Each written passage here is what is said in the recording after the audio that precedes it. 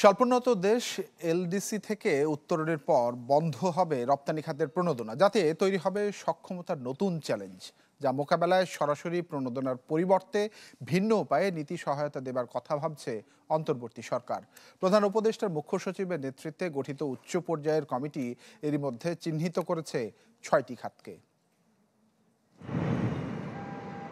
আগামী বছরের নভেম্বরে এলডিসি থেকে উত্তরণের পথে হাঁটছে অন্তর্বর্তী সরকার। এর মধ্য দিয়ে অর্থনৈতিক সক্ষমতার বহিঃপ্রকাশ হলেও নতুন চ্যালেঞ্জে পড়বে রপ্তানি খাত।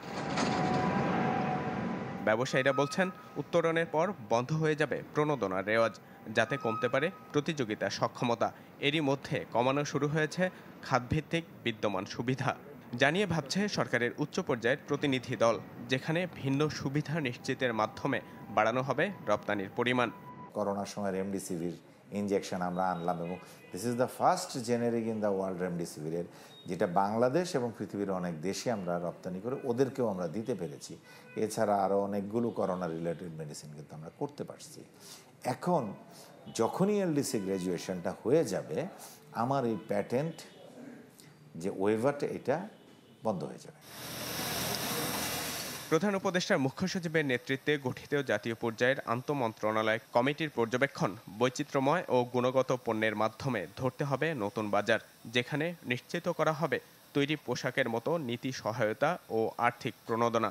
যার জন্য প্রাথমিকভাবে বাছাই করা হয়েছে চামড়া ও চামড়াজাত শিল্প, ওষুধ শিল্প, কৃষিজ পণ্য প্রক্রিয়াকরণ ও পাটজাত পণ্য। যে তালিকায় নতুন করে যুক্ত করা হয়েছে হালকা প্রকৌশল এবং আইটি খাতকে। আমাদের প্রতিযোগিতার সক্ষমতাটা নির্ভর করবে কিভাবে আমরা আমাদের যে দেশীয় যে উপাদান আছে, দেশীয় যে আমাদের অনুঘটকগুলি আছে, সেগুলোকে কিভাবে আমরা শক্তিশালী করে আমরা এই প্রতিযোগিতার সক্ষমতাটা বাড়াতে পারি, আরও বেশি ভ্যালু রিটেনশনটা আমরা আমাদের দেশেই করতে পারি। বিশ্ব বাণিজ্যের চ্যালেঞ্জ মোকাবেলায় বাংলাদেশের পদক্ষেপ নিয়ে চলছে খসড়া তৈরির কাজ। পুরো প্রক্রিয়ায় মতামত নেওয়া হচ্ছে বেসরকারি খাতের অংশীজনদের। ইমদাদ হক, চ্যানেল 24, ঢাকা।